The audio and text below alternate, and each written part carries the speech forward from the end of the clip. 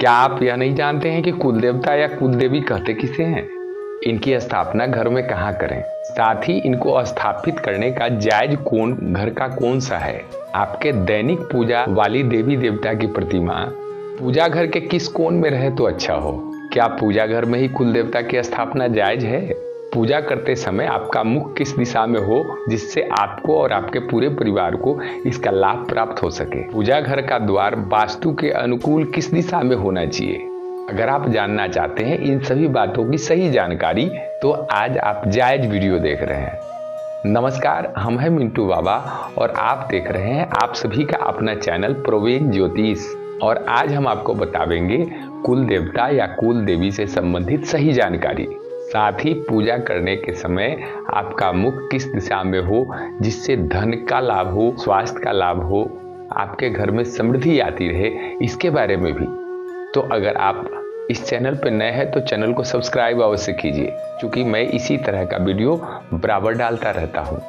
साथ ही अगर वीडियो आपको देखने के बाद अच्छा लगे तो इसको शेयर अवश्य कीजिए, जिससे और लोगों को भी इसका लाभ प्राप्त हो सके। तो आइए बात कर लेते हैं कि कुल देवता या कुल देवी कहते किसको हैं। तो आपको बतावें कि प्रत्येक घर में जिनकी पूजा हमारे पूर्वज करते आ रहे हैं उन्हीं को कुल देवी या कुल देवता कहते हैं। या यूँ समझ लीजिए कि जिनकी पूजा हमारे पूर्वज करते आ रहे हैं वही हमारे घर की कुल देवी या कुल देवता है।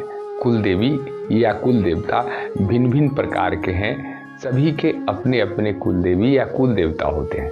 अगर इनकी स्थापना की बात करें तो स्थापना का जो कोण होता है वास्तु के अनुकूल पूजा घर ईशान कोण में होना चाहिए, और ईशान कोण में जो पूजा घर है उसी पूजा घर में अगर स्थापित करने की बात हो तो आपको स्थापित करने का जो जायज जगह होता है वो या तो वायव्य कोण अथवा नैऋत्य कोण या ईशान कोण, ये तीन कोण कुल देवी या कुल देवता को स्थापित करने का जायज स्थान माना जाता है। तो आप ये समझ लीजिए कि आपका जो पूजा घर हो वो घर के उत्तर पूर्व के कोने में, यानी कि ईशान कोण में जो पूजा घर बना हुआ है उस पूजा घर में या तो आप वायव्य कोण में स्थापित कर दें अथवा नैऋत्य कोण में स्थापित कर दें या ईशान कोण में स्थापित कर दें। ये तीन कोण जो है कुल देवी या कुल देवता के लिए उचित माना गया है। रही बात पूजा घर में जो दैनिक पूजा आप करते हैं उस घर में कुल देवी या देवता की स्थापना करना जायज है कि नहीं, तो ये आप यूँ समझ लीजिए कि ये 100% जायज है। चूँकि पूजा घर में ही कुल देवी देवता रहेंगे तो अच्छा होगा, चूँकि दैनिक पूजा आप करते रहेंगे, साथ साथ उनका भी स्मरण होता रहेगा, उनका भी दर्शन आपको होता रहेगा, उनकी भी पूजा आप करते रहेंगे, इसलिए पूजा घर में ही स्थापित करना जायज होगा। अब रही बात पूजा करते समय आपका मुख किस दिशा में हो, तो यूं समझ लीजिए कि अगर उत्तर के तरफ मुख हो तो धनलक्ष्मी की प्राप्ति होती है, इसलिए उत्तर के तरफ मुख करके पूजा करने से धन लक्ष्मी वैभव आदि की प्राप्ति होती है। तो उत्तर की दिशा में मुख करके पूजा करें, अथवा पूरब के दिशा में मुख करके पूजा करने से विद्या की प्राप्ति, स्वास्थ्य लाभ आदि मिलते हैं। तो पूरब के दिशा में कर सकते हैं। दो दिशा पूजा करते समय मुख रखने के लिए उचित माना गया है, या तो आप उत्तरमुखी होकर पूजा करें अथवा पूरबमुखी होकर पूजा करें।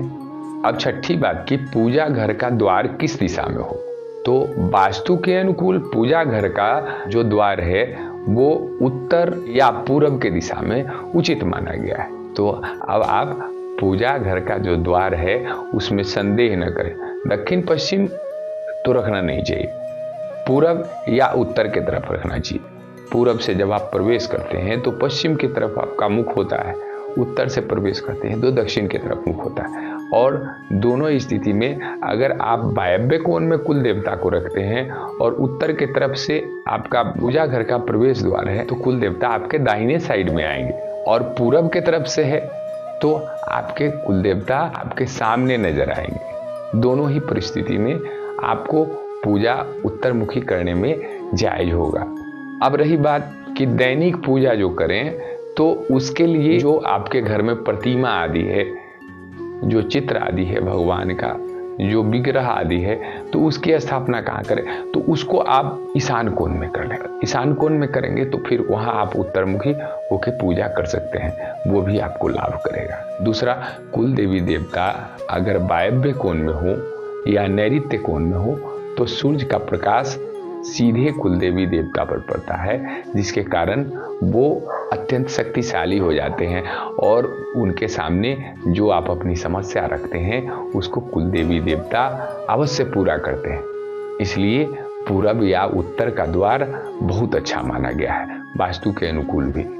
कुछ बातें और, अक्सर मैं कभी कभी वास्तु विजिट में जाता हूँ तो वहाँ जब पूजा घर देखने का मौका मिलता है तो कुछ लोग उसी घर में भोजन आदि बना के रखते हैं। नहीं, जो कुल देवता का घर है या पूजा घर है उसमें भोजन आदि न रखें, उसकी साफ सफाई पूर्ण रूप से होनी चाहिए।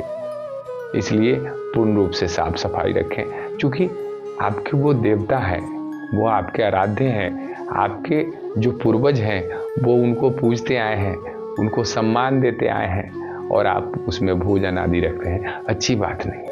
इसलिए उसकी स्वच्छता अनिवार्य रूप से कीजिए। आज बस इतना ही, मिलते हैं फिर अगले वीडियो में, तब तक के लिए इतना ही। भारत माता की जय।